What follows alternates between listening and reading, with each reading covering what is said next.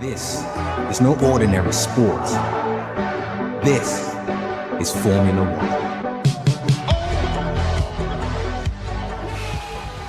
Does Carlos have any grand plan in his mind other than Audi? Carlos Sainz has turned down Audi's generous contract offer for a 3-year deal starting next season. Instead, he is taking a gamble, hoping for a better opportunity with either Mercedes or maybe even Red Bull. Why would he risk it though? Mercedes and Red Bull might reach out soon, especially with the turmoil happening at Red Bull lately. Audi is eager to finalize their team for the Miami GP, pairing someone with Nico Hülkenberg. Red Bull's design caught everyone's eye, even though some folks were a bit let down that Ferrari didn't add more blue to their car. The special HP rear wing on Red Bull's car is here to stay after the race, which is a bit of a bummer for some. Bybit is back on the Red Bull car. It wasn't on the car in China because of advertising rules there, but now it's back.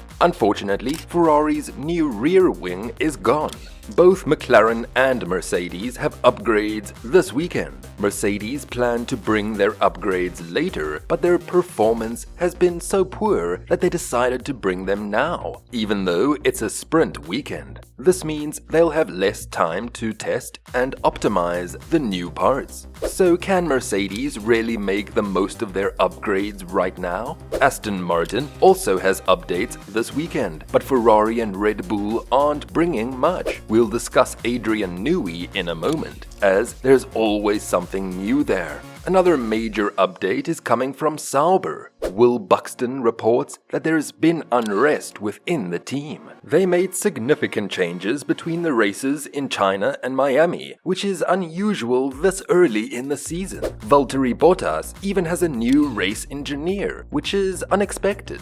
Sauber is preparing to become Audi in the next few years. Whether their recent changes are because of that or due to their poor performance in the first few races is a big question. Antonelli has been testing the W12 and recently tested the W13 at Imola. His lap times and consistency during these tests were impressive. The W13 looks different now because it has the W14 livery and has had major upgrades since its first race in 2022. It's a much better car now than when Hamilton and Russell drove it in Imola. It's hard to know exactly how good Kimi Antonelli's lap times are because track conditions, temperatures, and tire types all play a big role. The engineers, however, were impressed. We truly believe that Mercedes and Toto Wolff will want Kimi Antonelli in a car next season. Even if his Formula 2 season doesn't go perfectly, they've seen his talent. He's won everything in the junior series and has impressed their engineers during testing.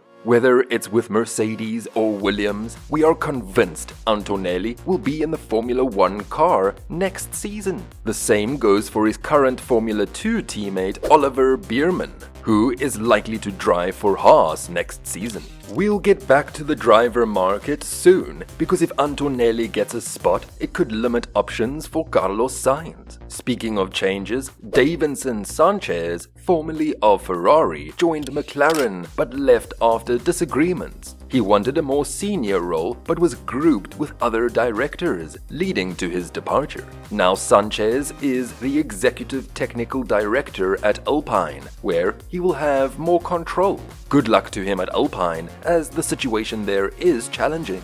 They want to enter Formula 1 but have been rejected. Their best chance might be to buy Alpine, as it doesn't seem like F1 management wants to add a new team unless a lot of money is involved. Some members of the US Congress are concerned that excluding Andretti might violate American antitrust laws. Yesterday, 12 members of Congress raised this issue, while 12 members are only a small fraction of Congress. So, 12 members wrote a letter asking why F1 isn't letting Andretti join the grid. They mentioned the Sherman Antitrust Act, suggesting it might affect job opportunities with Andretti's partner GM Cadillac. Since Liberty Media, the owner of F1, is publicly traded on American stock exchanges, F1 might be under US jurisdiction. Regarding Adrian Newey, there's talk in the Italian press about his move to Ferrari. Some think Ferrari might announce it before Red Bull does, considering the timing of Newey's departure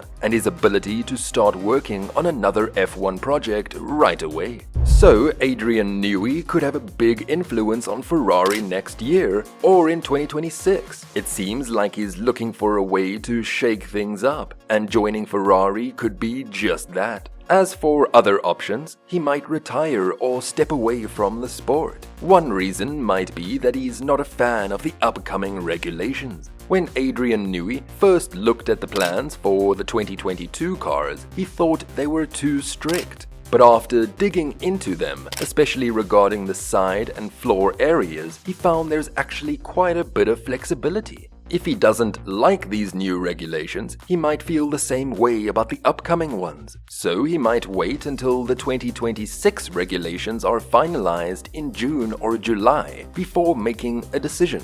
He could end up signing with Ferrari or choosing something else entirely. Ferrari has tempting projects like supercars and road cars that could attract Adrian Newey. He could also work as a consultant for their F1 team, sharing his ideas for the design team to use. 2 weeks ago, there were offers from Ferrari and Aston Martin, maybe Mercedes too. Going back to McLaren seems unlikely for Newey since he's already won championships with Williams, McLaren and Red Bull. Ferrari makes the most sense, with Aston Martin as a long shot. It seems Newey wasn't thrilled with the ownership situation at Aston, possibly because he didn't want to be a part of a team that might be sold off later. Alonso says Aston is serious with their own factory and wind tunnel, but Newey might have other concerns. Aston Martin is working hard to become a top team in F1. They seem ambitious, but then you see Lance Stroll still in the driver's seat. Maybe Newey can't make sense of this, and that's why he's decided not to join Aston Martin no matter what. Aston Martin is out of the running. They made an offer, but it did not interest Newey. Meanwhile, other options have faded. Aston Martin renewed their alliance with Fernando Alonso, and Red Bull seems likely to stick with Sergio Perez for another season. Mercedes has a spot to fill with Hamilton's departure, but Toto Wolff has made it clear that he won't sign Sainz quickly, as he prefers to wait, possibly for Kimi Antonelli. Despite these developments, Sainz suggested in Monaco that his situation is under control. Sainz has been weighing his options ever since the surprising announcement in February that seven-time world champion Lewis Hamilton is leaving Mercedes for Ferrari, where he will team up with Charles Leclerc. So what are your thoughts about this move, guys? Share with us in the comments below. Don't forget to hit the like and subscribe buttons. Until next time.